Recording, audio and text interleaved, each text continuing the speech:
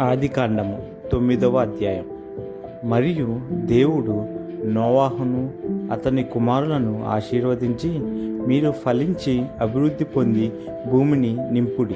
మీ భయమును మీ బెదురును అడవి జంతువులన్నిటికీ, ఆకాశ పక్షులన్నిటికీ, నేల మీద ప్రాకు ప్రతి పురుగునకు, సముద్రపు చేపలన్నిటికీ కలుగును. అవి మీ చేతికి అప్పగింపబడి ఉన్నవి. ప్రాణము గల సమస్త చరములు మీకు ఆహారమగును. పచ్చని కూర మొక్కల నిచ్చినట్లు వాటిని మీకు ఇచ్చి ఉన్నాను. అయినను మాంసమును దాని రక్తముతో మీరు తినకూడదు. రక్తమే దాని ప్రాణము.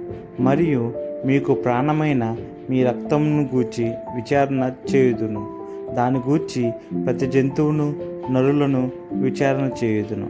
ప్రతి నరుని ప్రాణమును గూర్చి వాని సహోదరుని విచారణ చేయుదును.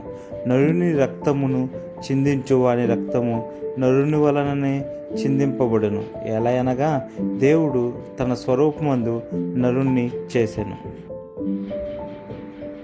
మీరు ఫలించి అభివృద్ధి నొందుడి. మీరు భూమి మీద సమృద్ధిగా సంతానము కని విస్తరించుడని వారితో చెప్పెను.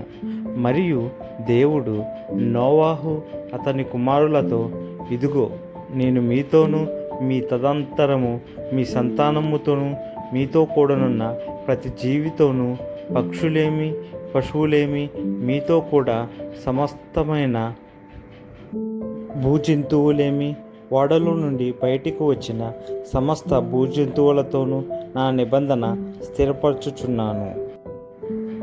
నేను మీతో నా నిబంధన స్థిరపరచుదును. సమస్త శరీరులు ప్రవాహ జలముల వలన ఇకను లయపరచబడరు. భూమిని నాశనం చేయుటకు ఇకను జలప్రవాహము కలుగదని పలికెను.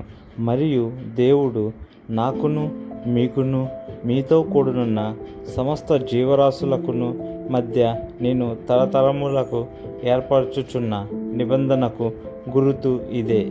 మేఘములో నా ధనుస్సును ఉంచి తిని, అది నాకును భూమికిని మధ్య నిబంధనకు గుర్తుగా నుండును.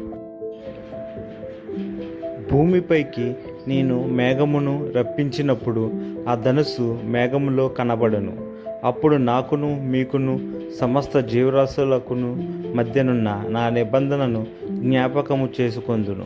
గనుక సమస్త శరీరులను నాశనము చేయుటకు అలాగూ ప్రవాహముగా నీళ్లు రావు. ఆ ధనస్సు మేఘములో నుండును. నేను దాన్ని చూచి దేవునికిని భూమి మీదనున్న సమస్త శరీరులలో ప్రాణము గల ప్రతి దానికిని మధ్యనున్న నిత్య నిబంధనను జ్ఞాపకము చేసుకొందునెను. మరియు దేవుడు నాకును భూమి మీదనున్న సమస్త శరీరులకును మధ్య నేను స్థిరపరిచిన నిబంధనకు గురుతు ఇదే అని నోవాహుతో చెప్పెను. ఓడలో నుండి వచ్చిన నోవాహు కుమారులు షేము, హాము, యాపేతు వారు. హాము కనానునకు తండ్రి.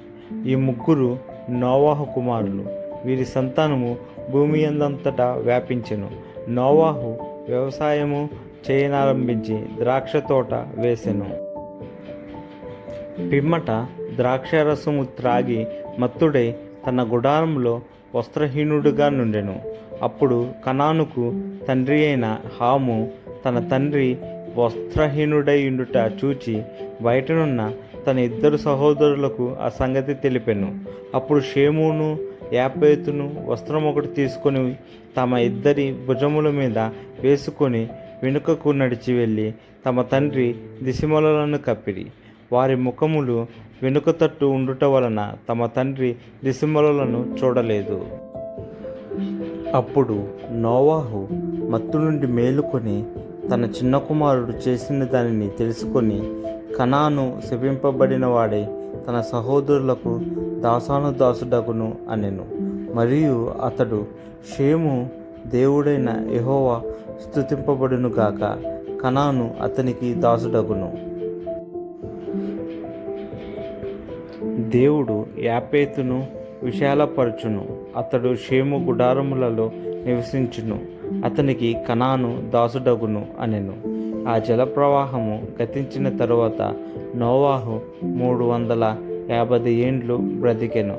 నోవాహు బ్రతికిన దినములన్నీ 950 ఏండ్లు. అప్పుడతడు మృతి పొందెను.